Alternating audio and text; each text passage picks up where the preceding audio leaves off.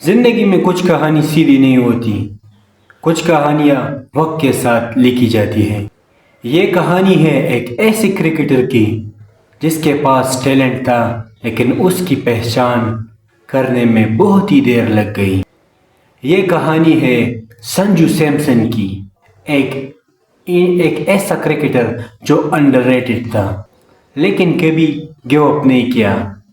کیرلا میں پیدا ہوا سنجو سیمسن، ایک سمپل فیملی، ایک سمپل ڈریم اور ایک بڑا جنون جو تھا وہ ان کے ساتھ کرکٹ میں تھا۔ بچپن میں ہی ان کے ہاتھوں میں ایک بلہ تھا اور آنکھوں میں صرف ایک ہی سپنا تھا، کرکٹر بننا اور اپنی ٹیم کی پہچان بننا۔ اسکول میچز ہو، لوکل میچز ہو، سنجو سیمسن ہر جگہ اپنی بیٹنگ کی کلاس سے ہر کسی کو متاثر کرتا تھا۔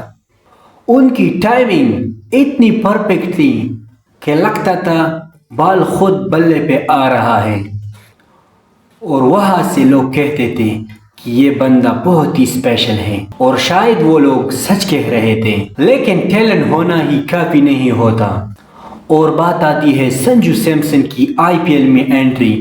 پہلی ہی اننگ میں سب کو متاثر کیا اپنی بیٹنگ سٹائل سے، ٹائمنگ سے، اور یہاں تک کہ لوگ کہنے لگے کہ انڈیا کا فیوچر سٹار اب آ گیا ہے۔ لیکن پھر کچھ ایسا ہوا کہ کہانی بدل گئی، کنسسٹنسی نہیں رہی۔ کبھی سینچری بناتا تھا تو کبھی ارلی آؤٹ ہو جاتا تھا۔ کرکٹزم نے کھیلنا شروع کیا تھا۔ سب لوگ کہتے تھے کہ سنجو سیمسن ٹیلنٹڈ ہے لیکن ریلائبل نہیں ہے۔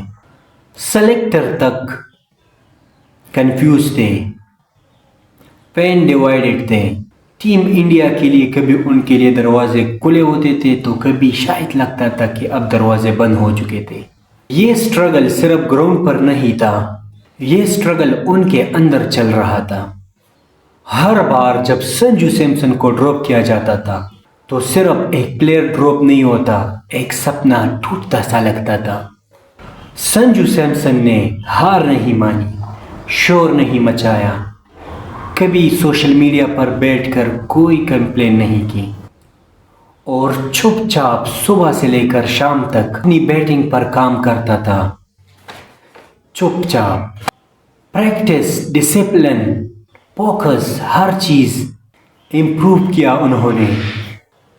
اور سنجو سیمسن نے اپنے آپ سے پرومس کر لیا کہ میں گیو اپ نہیں کروں گا، چاہے کچھ بھی ہو جائے، مجھے اگنور کیا جائے، لیکن میں کبھی گیو اپ نہیں کروں گا۔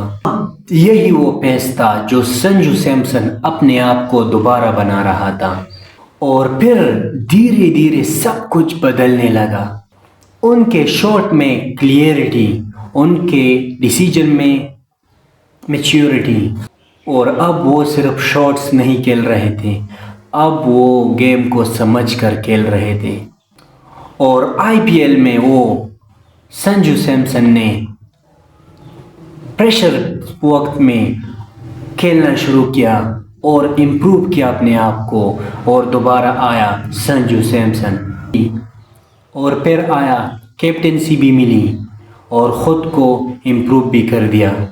ایک وقت تھا جب سنجو سیمسن کی پرفارمنس اور کنسسٹنسی پر ڈاؤٹ کر رہے تھے، اب وہ لوگ سنجو سیمسن کی پرفارمنس دیکھ کر سلیوٹ کرتے ہیں۔